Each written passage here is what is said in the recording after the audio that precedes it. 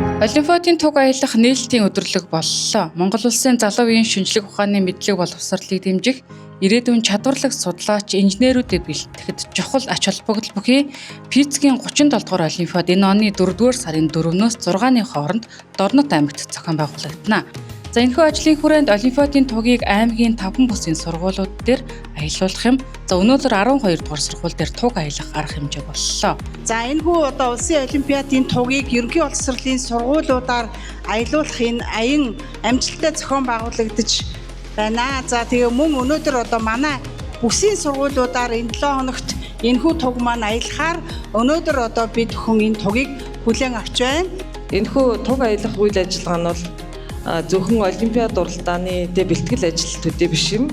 Энэ үйл ажиллагаа маань олон талын ач холбогдолтой томоохон соёлын ажил байгаа.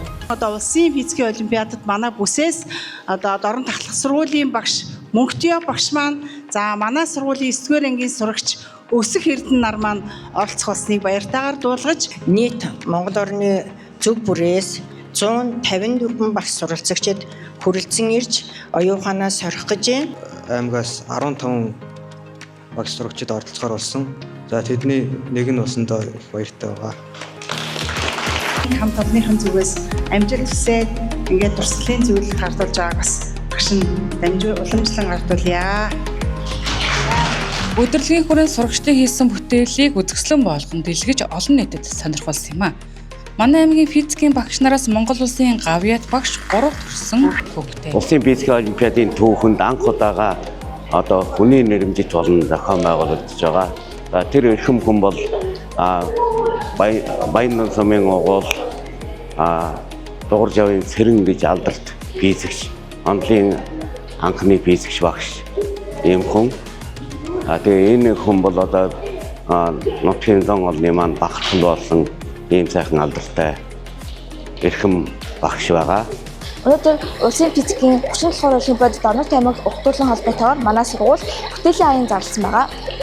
За манай бүтээлийн хувьд гэвэл манай конденсат ерөнхийдөө конденсат бүтээлийг хийсэн. Энэ болохоор ингээд бороо оронгоор ингээд бороо урсыг нь уур нь гарч байгаа. Тэгээ бороо оронгууд ингээд уур шиг намнаас уушаад тэгээ буцан эргэлдэж байгаа юм ерөнхийдөө угаар тайлбарлаж байгаа. Гадаргуу ба гүний ус гэсэн ийм бүтээл хийсэн. Хүүхдтэйгээ хамт эцэгтэй хамт хүүхдүүдтэйгээ хамтраад энэ уулнаас ус гарч гол болоод гол нь нуур болоод нуурын ус нь ууршаад үйл бороо болно, үйл болно. Үйл нь хор тондос болж ороод тэгээд энэ гүний ус нь гүний ус руу шингэж өгнө. Тэгээд энэ ийм учиртай юм бүтээл хийсэн. За манай сургуулийн хувьд гэх юм бол энэ галзуу эрдэмтдийн туршилтууд гэсэн байгаа. Тэгээд бид галзуу туршилтуудыг хийгээд дээрс нь хөгжилтэй байх үднээс ийм нэр өгсөн байгаа. За сайн байцгаана уу? Би энэ туршилтаараа эзэлхүүн температур даралт 3-ын хамаарлыг харуулах гэж байна. Ингээд эзэлхүүн багасгах тусам даралт ихсэж, температур ихсэж байгааг харж байна та нар. Улсын физикийн 37 дугаар Олимпиад Дорнот аймагт зохион байгуулалттай холбоотойгоор улсын физикийн олимпиадын туг сургуулиудаар буюу бүсээр аялж байна. За өнөөдөр манай бүс дээр ирж байна. Тэгээд манай 12 дахь сургууль нь энэхүү үйл ажиллагааг өгдөж бага ангийн эцэг эхийн сурагчдын дунд бүтээлийн уралдаан, за 6-аас 12 дугаар ангийн эцэг эхийн дунд массын олимпиадыг үйл шаттай дараалан зохион байгуулж байна.